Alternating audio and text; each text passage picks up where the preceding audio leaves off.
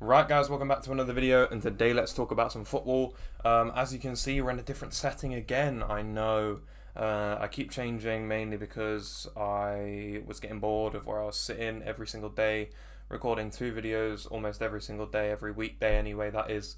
And I just thought let's switch it up a little bit, you know? Why not? Why not just switch it up a little bit? But today I wanted to talk about the Champions League, essentially my predictions for the Champions League, because I didn't record one when the groups got drawn because I was kind of on a holiday kind of thing where I couldn't really record a video. I wrote out the group and I wrote what I thought was going to happen in each group. I'm only going to be going as far as each group in this video, mainly because I don't want to get ahead of myself because then I want to make another video when the group stages finish, predict all the playoff games and stuff like that, or whatever the competition. I just want to keep going through it and keep updating myself so I don't miss out anything important. But to start off with, I'm going to start off with Group A. I'm going to work down the groups and explain my reasoning for why I think each one, who's going to come first, who's going to come bottom. And it is quite important who comes third as well, because obviously they get into Europa League as well. So I'm going to be naming every single team in the group. Even some of them, I think there's two teams in this I've never heard of. But at the same time, we're going to go through them and let's get into the video. Right, starting off for Group A, I've gone for Liverpool first, Napoli second, Ajax third, and Rangers fourth. I think Rangers haven't got the quality. They've sold quite a few of their players, and they're just not as good as the other teams in this situation. It's a similar thing with Ajax, in my opinion. When you sell someone for 85 million or something like that, it can't be good for the team if you're losing someone of that caliber. That is very important to you. It's not a great situation to be in. They've made some decent signings, but I just feel Napoli, with the team they have, it's more likely that they'll get through this situation. So I put Napoli second, Liverpool first. Liverpool is quite obvious. English teams always dominate in Champions League. I'm going to be honest with you there. Especially against teams like in this group. This is a fun group, right? Napoli, a very good team. With a great fan base. Same thing with Ajax and same thing with Rangers, to be honest, as well. But Liverpool's quality outweighs Napoli's. Napoli's quality is better than Ajax, and Ajax's cohesion as a team has gone down because they've sold players, lost their manager, obviously. And I just feel as if their cohesion's not going to be great. Rangers sold some players, not been performing as good as they were a few seasons ago. Obviously, they got to that Europa League final, lost it. But at the same time, they didn't perform that well in the league, in my opinion. I think they lost it to Celtic, and that's the main reason why I had to put them fourth in this, and Ajax going through to the Europa League. Moving swiftly on to Group B, I've put Atletico first, Porto second, Leverkusen third, and Club Brugge fourth. Club Brugge don't have the quality. Leverkusen, I don't think they have the quality either. Florian Wirtz got injured last season. He was a major contributor for that team, and I just think without him, they're not as a threat. I think they'll get Europa League there. Porto, I feel as if Porto, even though they have lost some players over the past couple of transfer windows, I do feel as though Porto and Portuguese teams are on quite a high right now. And even if they are losing these players, I just feel that Porto has the quality still in that squad and the youth able to compete with other teams in this group. It's not the strongest group ever, and I feel as if Porto is just going to be able to beat Leverkusen and Bruges, but it could be the way, to be fair. And then Atletico first, obviously they've lost some players, no one extremely major yet anyway. It's September 1st, so tonight is the transfer deadline, about 11 o'clock tonight, so we'll see what happens there. But then you've also got Atletico just being the best team out of all of them, and that's the main reason why I predicted them first, with Leverkusen going into the Europa League. Moving on to Group C, this is a tricky one for me because obviously Barcelona have spent a lot of money. I think Barcelona will get through the group, obviously, but I think they'll come second. I think Bayern, even though they have lost Robert Lewandowski, will still have the quality to beat out Barcelona quite easily. It's just a fact of, can Bayern Munich score the goals? Because obviously they don't really have a recognised striker right now. Obviously selling Robert Lewandowski, but that attacking outlook which they do have will score goals. It's kind of like that Man City team where they didn't have a complete number 9, but it doesn't really matter because of the quality around that. So I just feel as if they're going to come top. Barcelona's going to come second because of all the quality they brought in. I just don't think the team cohesion is going to be as good. I don't think they have as good a manager as Bayern Munich do. And then I also think Inter is going to come third as well. Inter obviously got Lukaku back. Just don't think they're good enough. I just don't think they're better than Barcelona and Bayern Munich, in my opinion. That's the reason why I put them going into the Europa League. And then there's also a team which I'm not even going to try and pronounce how to say that. If you guys want to know or tell me in the comments how you pronounce the bottom team name, you can. I'll put a picture of their logo on the screen now. I've got no idea. I've never heard of them, if I were to be truly honest in that situation.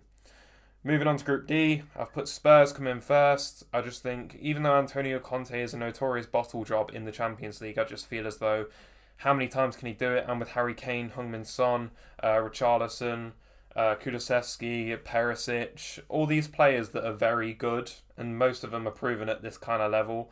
I just think that they are going to beat everyone else in that situation.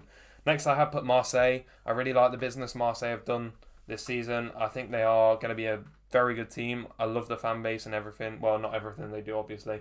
The French fans are crazy. I'm going to be honest with you. If you're a French fan, you're crazy. But I respect the the mentality of the fans and how passionate they are about the team. It's something I love to see. Just not any of the illegal stuff, guys. Let's stop doing that in Paris. Not Paris, Marseille. Moving on to third place, I put Frankfurt.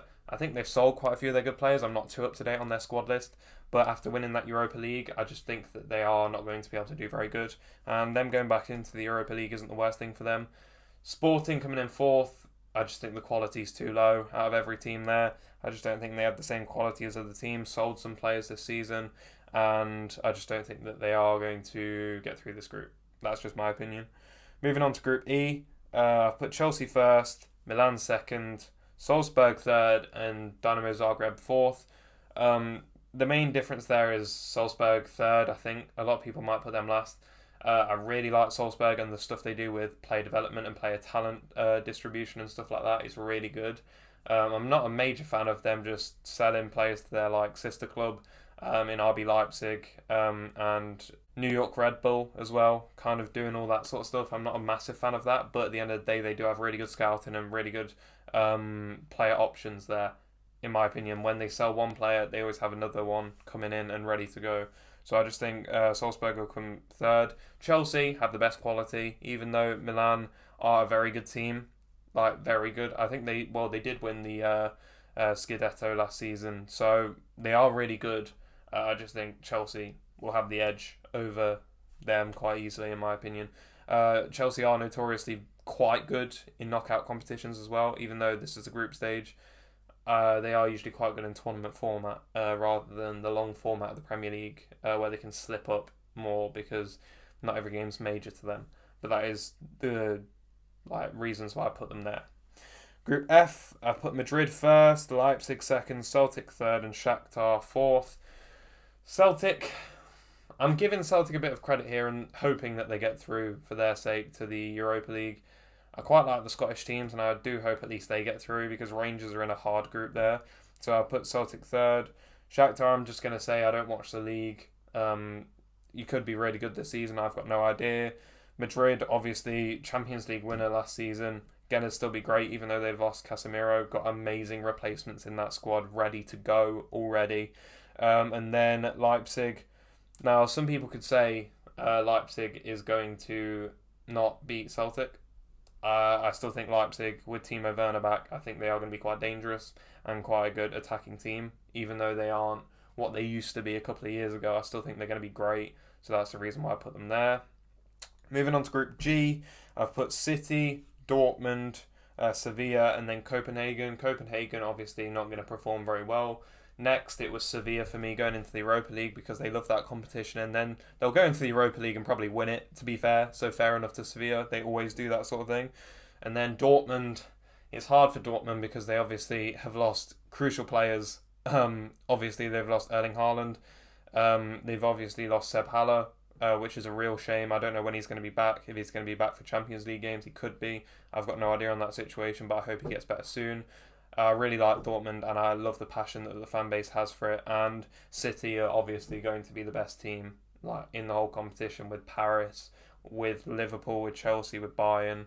Like they're all going to be amazing. So that's why I put them first. And then moving on to the final group in this competition, Group H, I've gone for Paris, Juve, Benfica, and then the last team, again, I think you say it like Hafia or something. However you say it, I really do apologise if I've said it wrong, but I don't know you, and I'm just going to put you bottom. Benfica, Portuguese side, it's probably going to be better than you, being as I've never heard of you. I really do apologise there. My football knowledge is not great out of the top 5 leagues. Then Juventus, just got better quality, obviously. They're just going to have a better team overall, and I think they're going to get through quite easily, even though they haven't been good in Europe or in the league for a long period of time. And then Paris first, because they're just demolishing everyone in Liga, and I understand it's Liga, but they've got the best attacking front line on paper. On paper, they've got the best attacking front line in the whole of world football, possibly ever. So why would I not put them first? But that is the end of the video, guys. If you have enjoyed this video, please like the video and subscribe to the channel. Thank you so much for watching. I really do appreciate you.